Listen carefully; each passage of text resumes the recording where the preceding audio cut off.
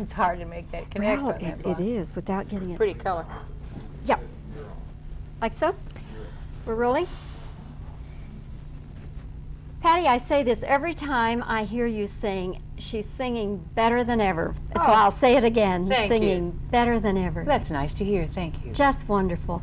You know, I was sitting there tonight, and this thought had never occurred to me before. But when you were doing Luckenbach, Texas, and On the Road Again, and I thought, by golly, if Patti were starting out today, I wonder if she'd be totally country. I probably would, since the trend is country, and yet, you know, the two have mixed, you know, so much during the past 10 years. Everything has crossed over. I remember about 15 years ago, I received an award from Billboard for being one of the first singers to cross over from pop into country, and then now it's the thing to do. What was the song at that time that was crossing over for Well, you? I'm not really sure, because I started recording in Nashville in 1960, and we did a song called, I mean, not a song, but an album, Hits of the Boys.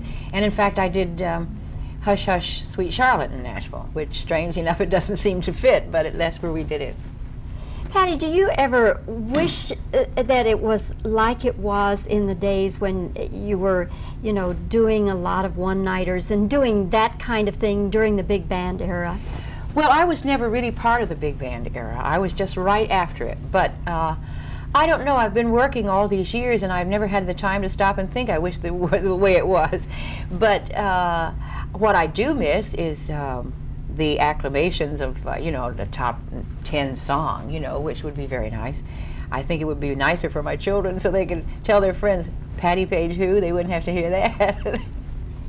Now there are radio stations with formats where they're playing music of the 40s and the 50s, and I hear your music a lot on one of our local stations here that has that format. Has that had any impact at all on your record sales or your career in any way? Well, I'm not sure about the record sales, and I'm not sure of the impact. I think it's just gotten a lot of publicity and a lot of well, the stations are really doing great all through the country. And they're the music of your life stations, plus they have, let's see, I'm talking about the hit parade stations. They're really forming everywhere. In fact, in New Orleans, I believe they have the #1 rating in the whole city. So it's, and I think that what effect it's had is that we have found that younger people are coming in to see the shows. And they are hearing songs that they didn't know existed. And that they didn't think the people that did them are still around either. But we are, some of us. Patti, of all the songs, of all the records, which one was the biggest seller for you? Well, Tennessee Waltz was the biggest seller. In fact, I understand that's the next, second biggest selling single next to White Christmas. Take a bow again. Yes. Because I think most people don't realize that. No, they don't. It has not been publicized that much.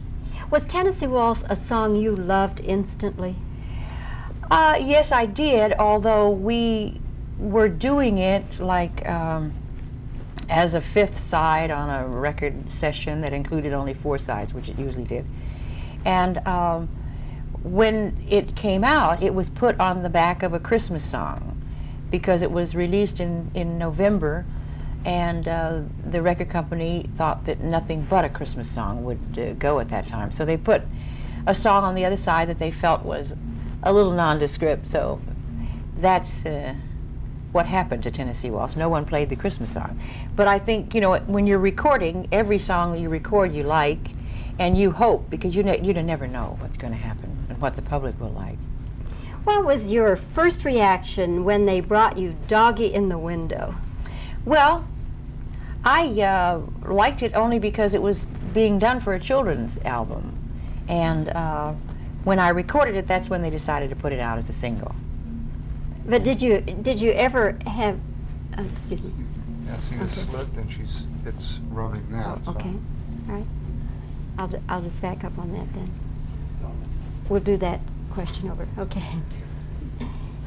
Patti, what was your very first reaction when you heard Doggy in the Window?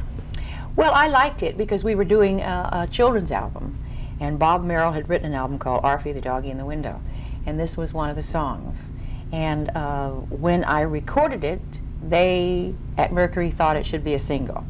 So I guess when they said, let's put it out as a single, maybe I had a reaction, but I don't remember what it was. I just know that a lot of mothers hated me that year. They had to buy a lot of dogs. Every place you went, people were going, arf. Yeah. Is it coincidental that the song Old Cape Cod and Allegheny Moon and Tennessee Waltz, they all seem to have kind of a geographic connotation to them? Is that just a kind of coincidence? As far as I'm concerned, it is, although there was one time that they did call me a territory singer.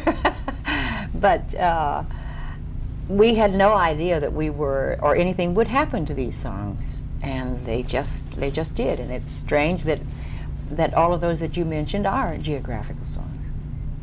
Patti, is there any one singer that had an influence or an impact, or somebody you admired tremendously as a young person?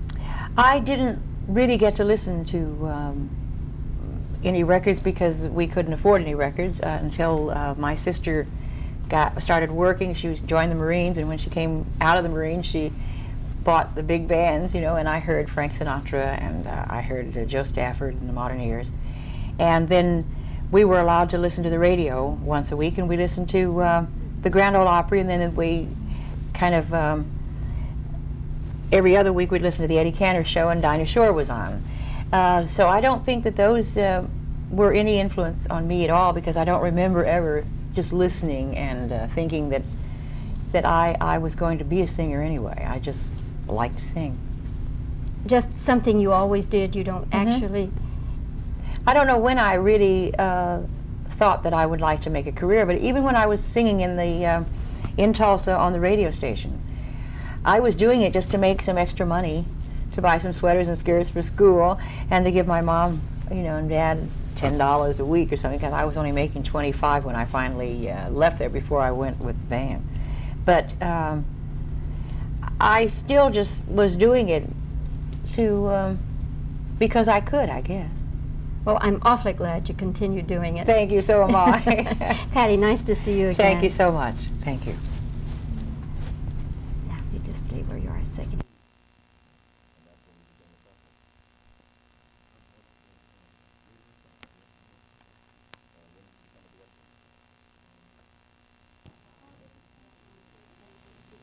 Lights, yeah. Because we have to play some joints someplace, they have no lights. That was the reason for it at the beginning. Do you know Waylon and Willie? Have you ever met them? I've met Waylon. I never met Will. Oh, wow. Yeah. Something else.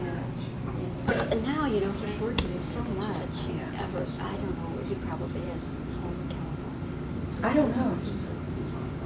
All the publicity I've seen about it was just about Texas. Yes.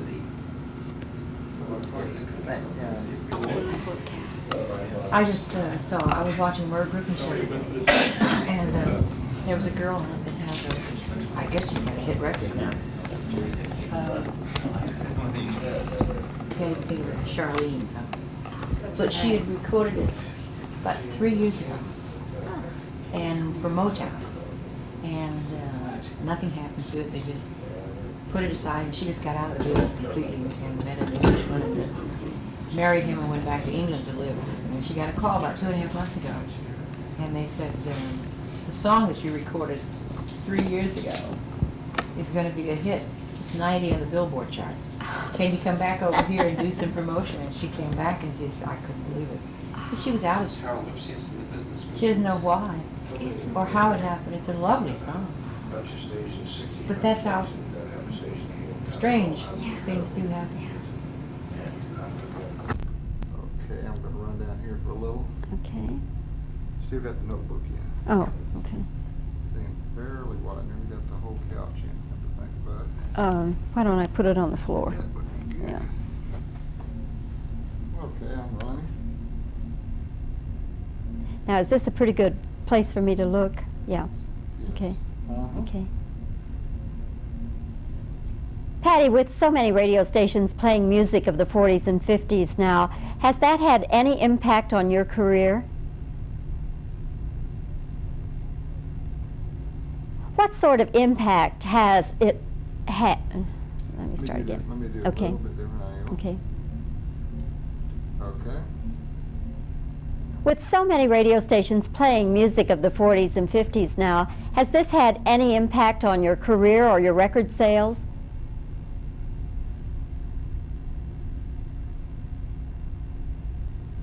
Okay. Do you ever kind of wish it was like it was in the days when you first started making records? I can't help but wonder, if you were starting today, if you'd be doing country music rather than pop. If you were starting your career today, Patti, what kinds of music do you think you'd be doing?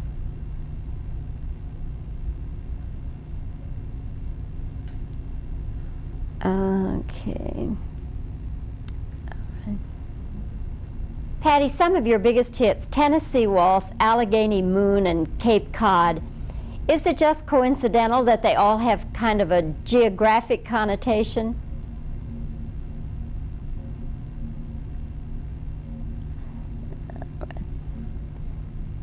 What was your reaction the very first time they brought Doggy in the Window to you?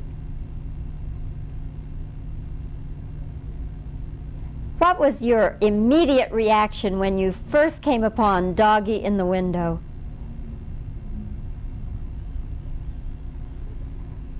Okay. Of all your hits, which one is the biggest seller?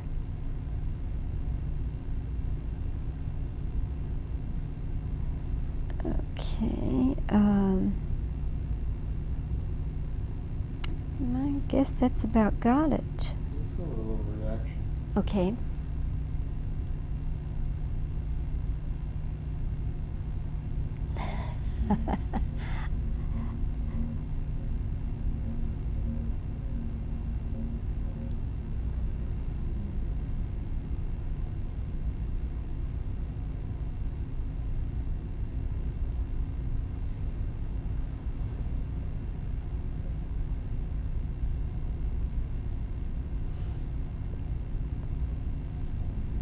Let's see. That's the one. Okay. Okay. Patti, would you like to go back to what some people call the good old days? I'll do that again. Patti, do you ever yearn to go back to what some people might call the good old days?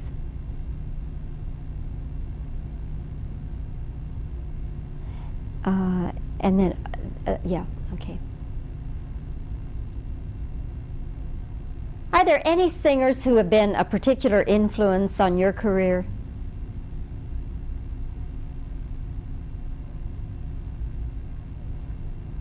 What were some of the earliest influences on your singing career?